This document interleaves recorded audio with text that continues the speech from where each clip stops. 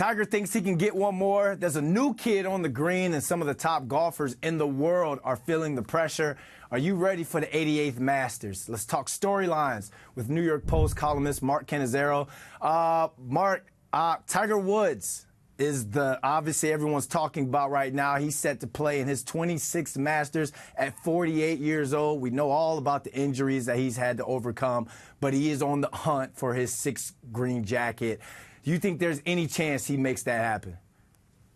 You know, Brandon, I don't. I kind of wrote about it for today's post. Tiger on Tuesday said that he felt like he still had one more in him. I just think if you look at the history of the last, couple of years here, I mean, he's literally finished one golf tournament in the last 2 years. He's played one this year and had to withdraw. So I just think physically it's just too much for him. And there's a lot of factors here. Aside from his condition, this is a very, very hilly golf course, to walk, which maybe sounds silly, but you can't really see it on TV. It's a pretty challenging walk, and if you're doing that for 4 straight days, provided he makes the cut, that's it's tough on him. And the walking is tougher on him than the actual golf shots themselves. So I just think he's 48. He's got more injuries than we can count. And how are you going to overcome guys like Scotty Scheffler and Jon Rahm and Brooks Koepka and Rory McIlroy and some of these top players in the world who are in peak form? It's too much to ask. I think he can make the cut. I kind of expect him to make the cut, and if he does, he'll set the record for the most consecutive cuts made at 24, which would be, I think, a pretty good accomplishment just in and of itself. Yeah, the teenager in me hopes he walks away with that record-tying 6th jacket, but like you said, it's a physical course. I just don't see it. People are going to watch for Tiger, but everyone's talking about this new kid, Akshay Bhatia. If this was Jeopardy, who is Akshay Bhatia, and why should folks be paying attention to him this weekend? Well, his story is under the spotlight, Brandon, right now because he just won on Sunday in San Antonio at the Valero Texas Open, and he needed to win to get a spot in this week's Masters. He's a young kid who's been really an up-and-comer. Phil Mickelson took him under his wing. He's a fellow lefty like Phil is, and really helped mentor him quite a bit. If you watched Sunday's tournament, the way he won was, it was kind of a crazy day. He was leading throughout the entire week. Denny McCarthy chased him down with a 28 on the back nine, and ended up looking like he was going to win the golf tournament. And then Akshay ended up, matching him with a 15-foot birdie putt on 18 to send it to extra holes. And then he ended up injuring his left shoulder. He pulled his left shoulder out of its socket, celebrating with a fist pump when he did force the playoff, and had to overcome that in the playoff hole and ended up winning. So it was a kind of a crazy story. And the other thing is, he was a participant in the very first drive, chip, and putt competition that the Augusta National began in 2011. And so he actually he wasn't the very first one, but 2014 he was in it. So it's 10 years ago, and he's the first youngster that was involved in that has qualified for a Masters. So it really is a kind of an interesting full circle moment. It's a cool story. So I mean, he's right in front of us because he just won. I don't expect him to win this week, but he's certainly in very good form and has got a lot of confidence. Whether you're down on the Jersey Shore or on the green, watch out. Those fist pumps will get you. Earlier this week, you wrote about some of the bigger name golfers that are under pressure to win a title like the Masters. So who are some of those guys who are feeling the pressure and need a win? Brandon, there's no one that is feeling more pressure this week than Rory McIlroy.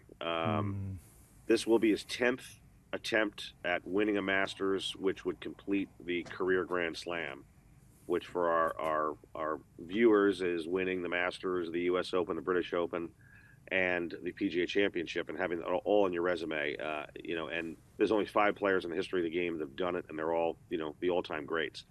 So Rory has, and not to mention Rory has not won a single major since 2014. So it's been 10 years since he's won any major. So that really weighs heavily on him. I just saw across Cam Young, who's a local for us here in New York from Westchester.